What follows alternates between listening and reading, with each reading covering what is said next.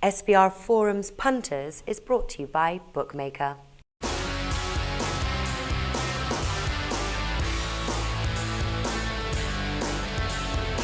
are previewing Week 11 in college football here at SBR Forum Videos. I'm Peter Loshak. We're talking right now with returning guest Doug Upstone from sports-watch.com. Doug, thanks for coming back with us this week. Hey, Peter, it's a pleasure to be back again. How's everything going at sports-watch.com these days? It's going very well. We had a number of handicappers in college football in particular that did quite well. Oh. The B&B documented plays actually was 8-1 last week and moved into the top spot for our record-wise at the monitor, and is number 2 in units won. So really had an awesome week, as did a number of different guys different handicappers, on the monitor. Oh, I mean, do you think that that's like a legitimate result? Or do you think it's just due to variance?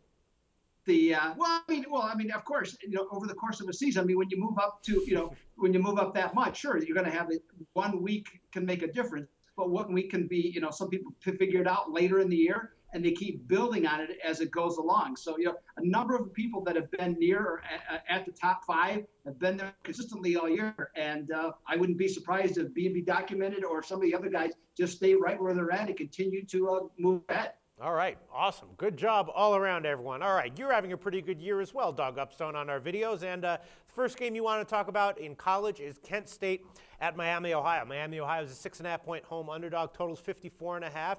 And, Kent State is great. The win against Rutgers was super impressive. But Miami, Ohio, with their win over Ohio, kind of proved they can hang with anyone in the MAC. So the question is, why are they 6.5-point home underdogs here? Well, there's a number of reasons, and it starts with the fact that they're just 4-5 overall in the season. And as you said, they had the big win against Ohio U, but then they followed up with a dub last week and losing at Buffalo by 3 points. Now, the thing about the RedHawks is that they're purely a passing team. Zach Dicer is him and his offense are averaging 283 yards per game passing, which is 50 more than what their opponents have given up so far this season. Now, for Miami of Ohio, a lot of it has to do with how bad they want it. In their game against Ohio, the defense forced 6 sacks in that game. The rest of the year, the same group has only added 6 more for the rest of their schedule.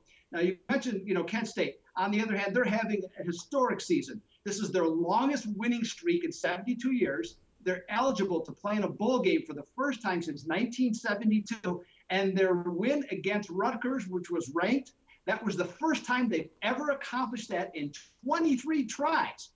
Now, the Golden Flashes also lead the MAC East and are primed to play in the conference championship if they keep winning.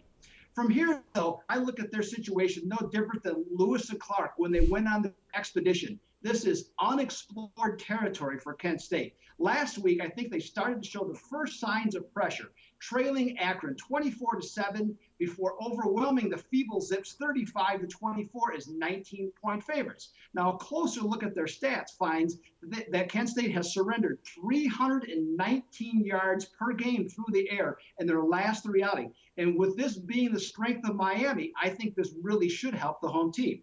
Now, in the final 2 weeks of the season, Kent State will face the 2 teams that they're chasing, Bowling Green and Ohio. And so you have to question a little bit their focus and the mounting pressure for this particular game.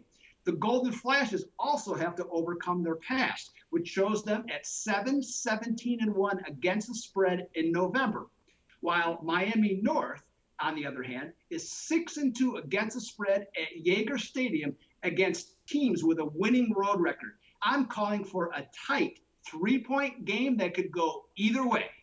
When we started talking about this, it seemed like you were leaning towards Kent State because, Miami, Ohio, they were super up for that game against Ohio. They were also off of a bye, so they were, well-rested, very well prepped, and, it seemed like that might have been their game of the year.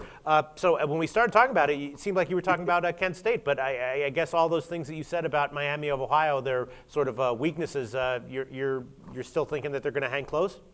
Yeah, I do. I think that in this game, that one of the problems with Kent State, I think, like I said, I think that this is all new to them. This school, this football team, the historical aspect of this football team, they've never been here. They have no idea what to do. So in this case, and especially giving points on the road, I think Miami of Ohio is a proven commodity in that respect. I don't think they're a great team by any by any significance. But I think in a one-game situation, they can rise up. And if they choose, and this is the one that we don't know, but if they choose, they can certainly make this a very interesting contest. And given all the factors that I've looked at, I think that they do. I even give them a chance to maybe win the game outright. But I'll stick with the idea that it's a 3-point game either way. All right, so you see Kent State as sort of like analogous to a junior high school boy touching a woman for the first time. He's out of his element. I think I'm not going to go that direction. No? But but I think